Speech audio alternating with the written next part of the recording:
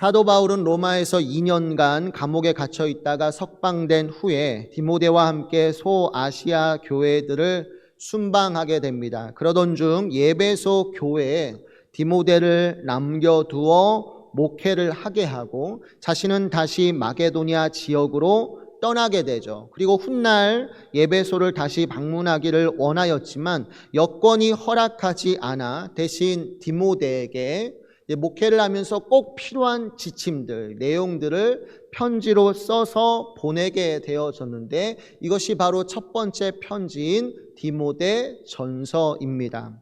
그러면 바울은 이 디모데 전서에서 어떤 내용을 담고 있을까? 그보다 먼저 바울이 왜 선교 여행 중에 갑자기 예배소라는 곳에 디모데를 남겨두고 목회를 맡기게 되었을까? 그것은 예배소 교회에 거짓 이단들이 넘쳐났기 때문이었어요. 여러분들 본문 앞에 1장 3절과 4절을 한번 보시겠습니까? 본문 앞에 1장 3절과 4절을 보면 왜 예배소 교회에 디모데를 남겨두어 목회를 맡겼을까? 그 내용이 나옵니다. 내가 마게도냐로 갈 때 너를, 디모데죠, 디모데를 권하여 예배소에 머물라 한 것은 어떤 사람들을 명하여 다른 교훈을 가르치지 말며 신하와 끝없는 족보에 몰두하지 말게 하려 함이라. 이런 것은 믿음 안에 있는 하나님의 경륜을 이름보다 도리어 변론을 내는 것이라 라고 하였는데, 이처럼 바울이 마게도냐로 떠날 때 디모데도 스승이신 사도 바울과 함께 떠나기를 원했어요. 근데 그러한 디모데에게 권하였다, 원어로 보면 간곡히 부탁했다, 간청했다라는 의미를 가지고 있습니다. 그러니까 스승이신 사도 바울과 함께 떠나기를 원했던 디모데에게 바울이 너 그러지 말고 여기에 남아라, 예배소 교회에 남아서 이곳에서 목회를 감당하라고 아주 간곡히 부탁하게 됩니다. 근데 그 이유가 뭐냐면 당시 예배소 교회에 몇몇 거짓 교사들이 이단적인 사상들을 전파하여서 교회 안에 쓸데없는 논쟁과 다툼을 크게 일으키게 할 뿐만 아니라 하나님의 경륜, 하나님의 일하심, 하나님의 경영하심, 그러니까 교회와 온 세상을 향한 하나님의 거룩하신 뜻과 계획이 있지 않습니까? 근데 이러한 이단적인 사상들로 말미암아 하나님의 경륜이 방해되고 오히려 해를 입히고 있었기 때문에 바울이 너무나 안타까운 심정이 들어서 자기의 사랑하는 아들이자 후배인 디모데에게 예배소에 남아서 이곳에서 목회를 감당하라고 부탁하게 되어진 것이죠. 그리고 나서 이제 마게도냐로 떠나고 나서 이제 편지로 디모데에게 이제 목회적 가르침을 주게 되는데 그 중 하나가 뭐냐면 교회의 본질에 관한 가르침이에요. 마게도냐에서 예배소에서 목회하는 디모데에게 한 가르침을 주는데 그것은 교회의 본질에 대해서 가르쳐 주는 거죠. 왜냐하면 올바른 목회라는 것은 올바른 교회관에서 나오는 거니까. 교회가 어떠한 곳인가, 교회의 본질이 무엇인가를 정확히 알아야만이 또 올바르게 목회할 수 있는 거 아니겠어요? 그러니까 디모데에게 교회가 어떤 곳인가, 교회의 변하지 않는 본질이 뭔가를 가르쳐 주었는데 그 내용의 핵심적인 메시지가 본문 15절에 나오고 있습니다. 우리 본문 15절 다 함께 읽어보았으면 좋겠습니다. 함께 읽겠습니다. 만일 내가 지체하면 너로 하여금 하나님의 집에서 어떻게 행하여야 할지를 알게 하려 함이니 이 집은 살아계신 하나님의 교회요 진리의 기둥과 터니라. 아멘. 말씀 보면 바울은 교회의 본질을 두 가지로 나누어서 설명하고 있습니다. 이제 차례대로 들으시면서 교회가 이런 곳이구나, 우리 아멘교회가 이렇게 되어야겠구나 라고 생각하시면서 들으시면 되겠습니다. 첫 번째로 이곳은, 이 공동체는 살아계신 하나님의 교회다. 이 집은, 이 하나님의 집은 하나님이 거하시니까, 그렇죠? 이 집은 살아계신 하나님의 교회다라고 분명히 말씀하고 있죠. 이 구절에서 우리가 특히 주목해야 할 단어가 있다면 교회라는 단어입니다. 이 헬라어로 에클레시아, 아마 여러 번 들어보셨을 거예요. 이 단어는 교회를 두고 헬라어로 에클레시아라고 하는데 두 단어가 합성되었습니다. 뭐뭐으로부터라는 전치사 에크와 부르다의 동사 칼레오가 이제 붙여져서 본래 그 의미가 세상으로부터 부르심을 받은 사람들이라는 의미를 가지고 있어요. 교회가 헬라어로 에클레시아고요. 그 본래 의미가 세상으로부터 부르심을 받은 사람들의 모임을 가리켜서 에클레시아라고 말하는 것이죠. 그러면 당시에 이 에클레시아라는 헬라어는 당시에 예수님을 믿는 신자들의 공동체에만 특별히 사용되는 단어인가? 그러니까 우리 교회에만 사용되는 단어가 바로 에클레시아인가? 그렇지 않아요.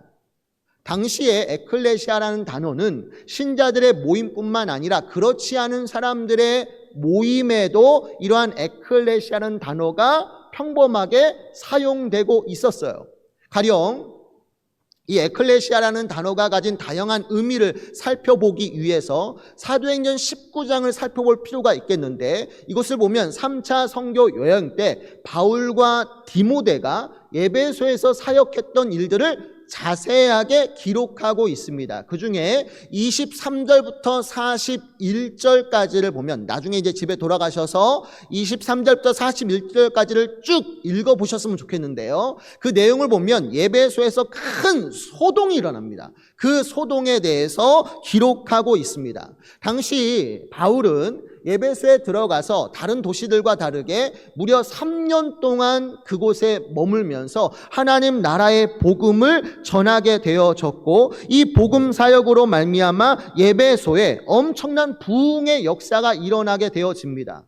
에베소의 우상, 아데미 여신을 비롯해서 수많은 우상들이 있었는데 바울이 전하는 이 복음의 말씀으로 말미암아 이 에베소의 모든 우상과 미신이 버려지고 그 다음에 모든 믿는 자들이 생겨나게 되는데, 단순히 에베소에서만 부흥이 일어났던 것이 아니라 전 아시아 지역에서 수많은 사람들이 그 복음의 말씀을 듣고 예수님을 믿는 놀라운 부흥의 역사가 일어나게 되어지는 것이죠. 근데 이러한 하나님의 나라가 크게 성행할 때 반대편에서는 마귀의 나라가 또 그것을 공격하는 거 아니겠어요? 이처럼 바울이 전하는 복음의 말씀으로 말미암아 에베소 가운데 모든 우상과 미신이 제거되고 주를 믿는 자들이 많이 생겨났을 때, 다른 한쪽에서는 이제까지 우상 사업으로, 그러니까 아데미 여신을 비롯해서 수많은 우상들을 주조하고 파는 사업들을 했는데, 그러한 우상 사업으로 많은 돈을 벌어들였던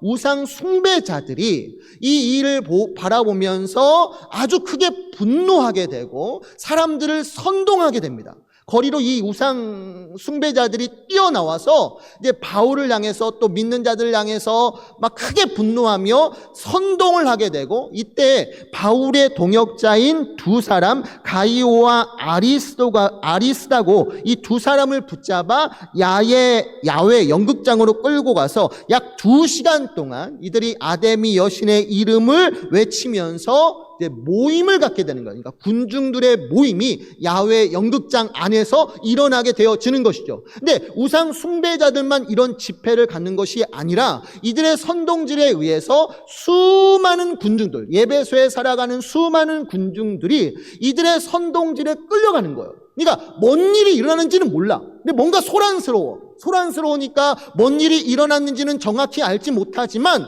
호기심에 그들을 따라가는 거예요. 수많은 군중들이 그들을 따라가서 야외 연극장에 들어가서 뭔 말을 하는지도 몰라요. 그러나 아데미 여신의 이름을 부르짖으면서 여기저기서 막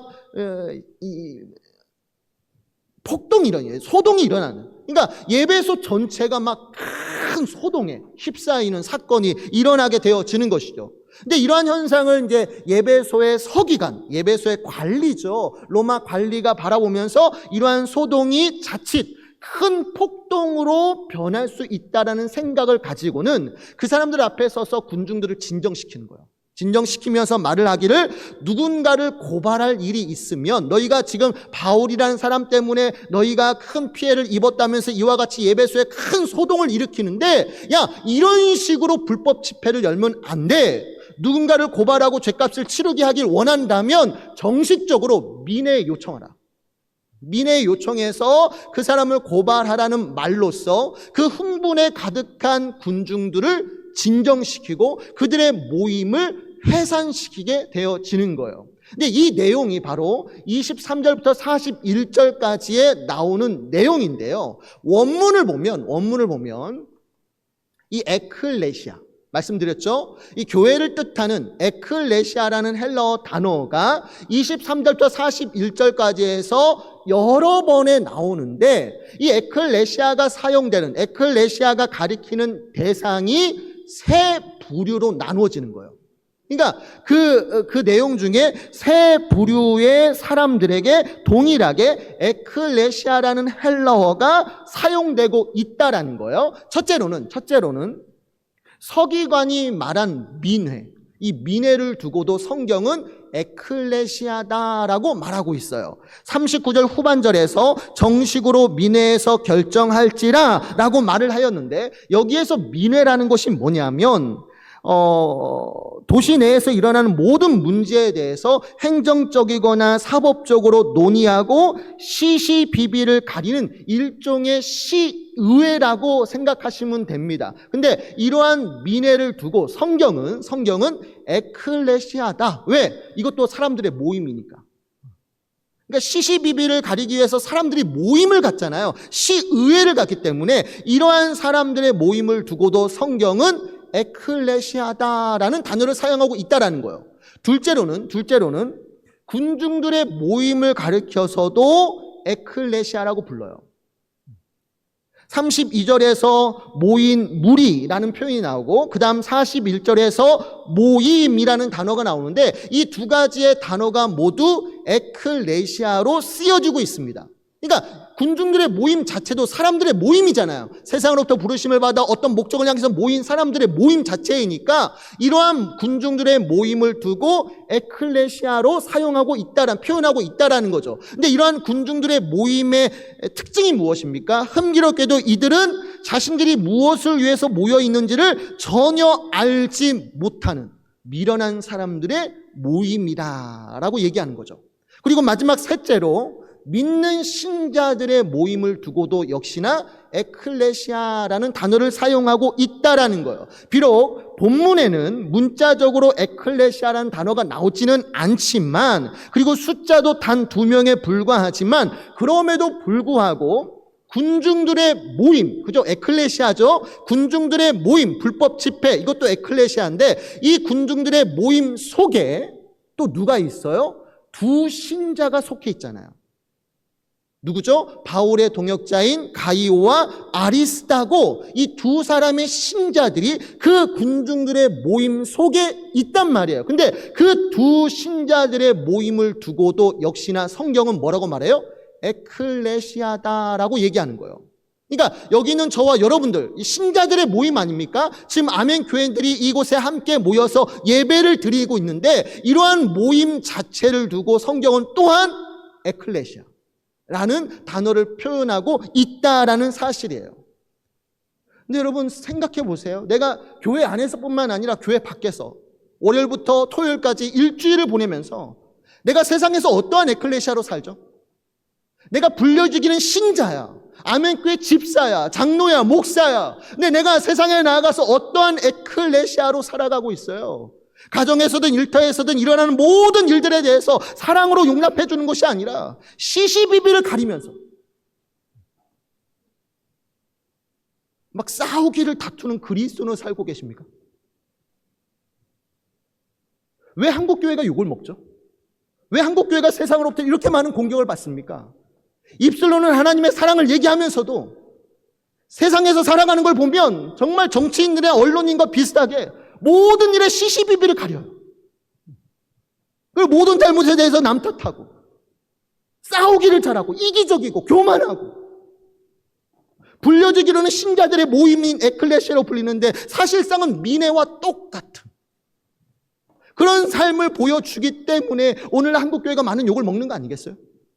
근데 오늘 나도 그 중에 한 사람으로 살고 있지는 않은지, 내가 불려지기는 신자인데 나를 지으신 창조주 하나님의 뜻대로 살기를 노력하는 자가 아니라 세상에 나아가서 자기 멋대로, 자기가 옳다고, 자기가 좋아하는 대로 살아가고 있지는 않은지, 아침부터 저녁까지 돈을 벌기 위해서 열심히 살아가요. 근데 돈을 버는 목적이 뭐예요? 하나님의 영광을 위해서, 하나님 나라의 선한 일을 위해서 내가 열심히 일하고 벌어둔 돈을 하나님 나라를 위해서 드리기 위해서, 먹든지 마시든지 무엇을 하든지 하나님의 영광을 위해서 내가 일하고 있는지, 숨을 쉬고 있는지, 음식을 먹고 있는지, 하나님의 영광은 없고 부귀 영화를 위해서 이 땅에서 잘 먹고 잘 살기 위해서 내가 지금 살아가고 있지는 않은지, 그 사람은 아멘 교인이지만 실제적으로는 어리석은 군중들의 모임 속에 속해 있는 한 사람인 거죠. 오늘 이 말씀 앞에 우리가 스스로 물어봐야 돼요. 나는 어떤 에클레시아 속에 속해 있는가? 정말로 바울의 동역자인 가이오와 아리스다고처럼 정말 예수님을 나의 주로 믿고 그분을 섬기며 혹 고난을 받더라도 그분을 즐거이 따라가기를 소원하는 거룩한 신자로서 내가 세상에서 살아가고 있는지. 오늘 바울은 말합니다. 이 집은 살아계신 하나님의 교회라고. 아멘교회의 머리이고 주인은 하나님이 되셔야 돼요. 그리고 우리는 그분의 것이 되어서 그분의 나라의 일에 열심을 낼 때 이 교회를 통하여서 세상이 변화되고 가정과 일터가 살아나는 놀라운 구원의 역사가 일어나게 될 줄 믿으시기 바랍니다. 두 번째로 교회의 본질에 대한 바울의 두 번째 가르침은 진리의 기둥과 터다라고 얘기합니다. 교회의 본질을 두고 교회가 어떤 곳이냐라고 했을 때 그것을 두고 진리의 기둥과 터다라고 얘기하는 거죠. 요즘 순살 아파트라는 용어가 참 많이 들리죠. 여러분들, 순살 아파트란 뜻이 무엇입니까? 마치 뼈 없이 순살로만 되어진 순살 치킨처럼 아파트도 철근을 빼먹고 짓는 것을 비유한 말이에요. 실제로 얼마 전에 한 이름 있는 건설 기업이 아파트를 지을 때 기둥에서 철근을 빼먹었어요. 그리고 지었어요. 그러다가 주차장이 붕괴하는 사고가 일어나지 않았습니까? 건물을 떠받치는 기둥과 터가 부실하니까 결국 무너지는 거예요. 근데 바울이 교회가 진리의 기둥과 터라고 말한 것도 어떻게 보면 교회가 이단들의 넘쳐나는 거짓 사상들로부터 뭘 지켜나는 곳이다? 진리를 지키고 전파하는 역할을 감당해야 한다는 의미로서 교회는 진리의 기둥과 터다라고 말씀하고 있는 것이죠. 그래서 유진 피터스는 메시지란 성경에서 교회가 진리의 기둥과 터다라는 이것을 두고 딱 한마디로 말해요. 진리의 요새다.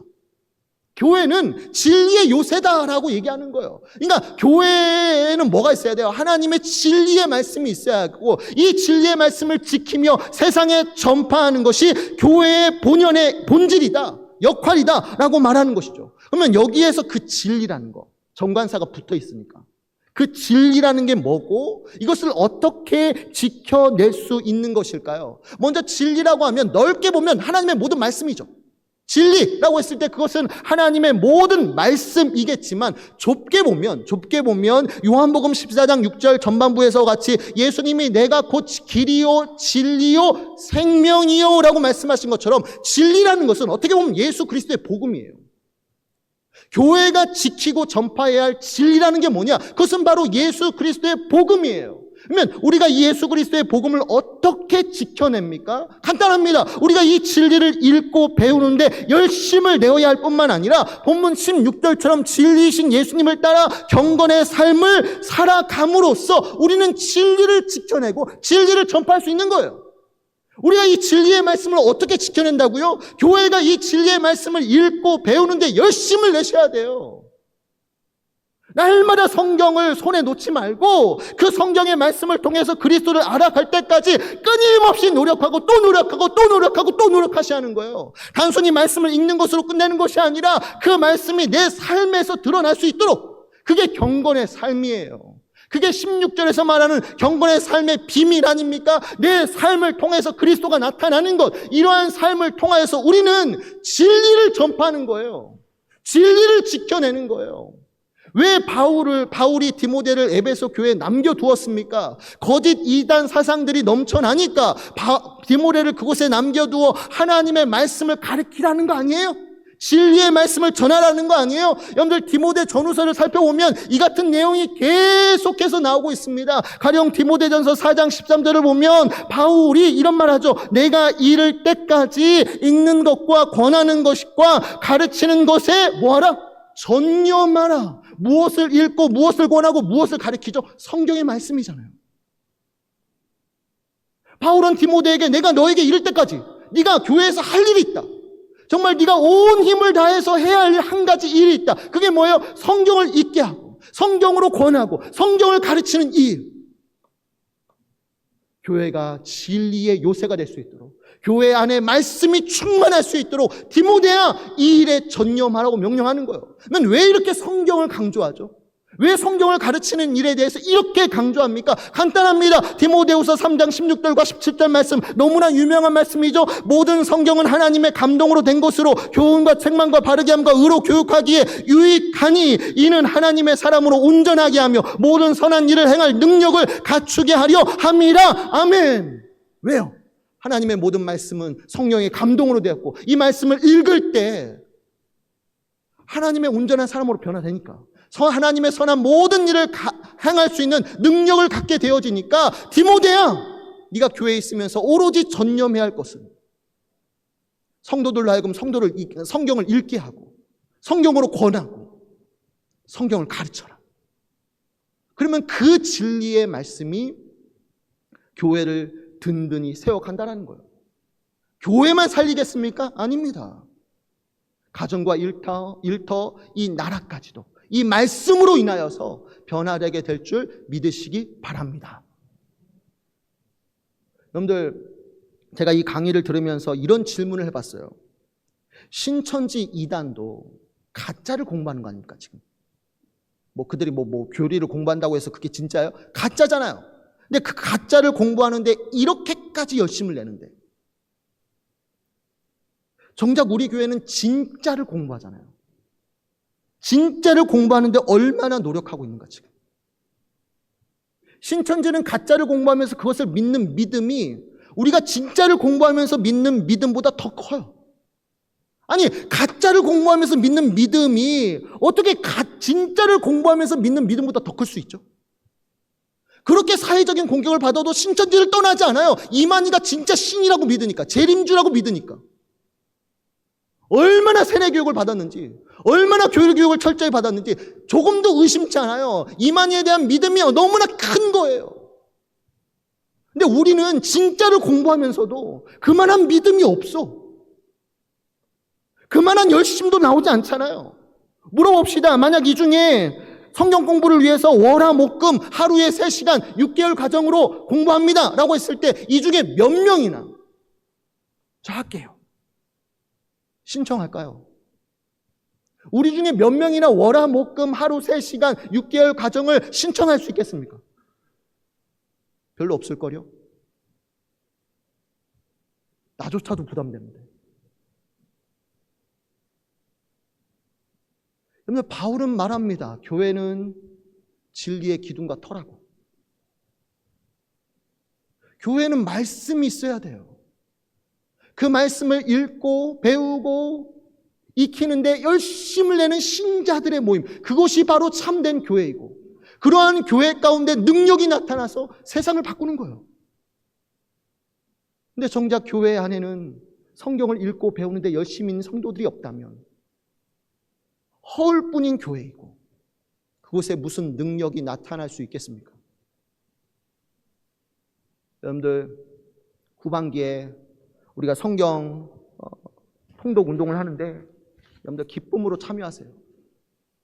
꼭 성경에 손에서 성경 놓지 마시고요. 날마다 이 말씀 읽으심으로 하나님의 놀라우신 은혜와 능력을 체험하시기를 주님의 이름으로 축원해 드립니다.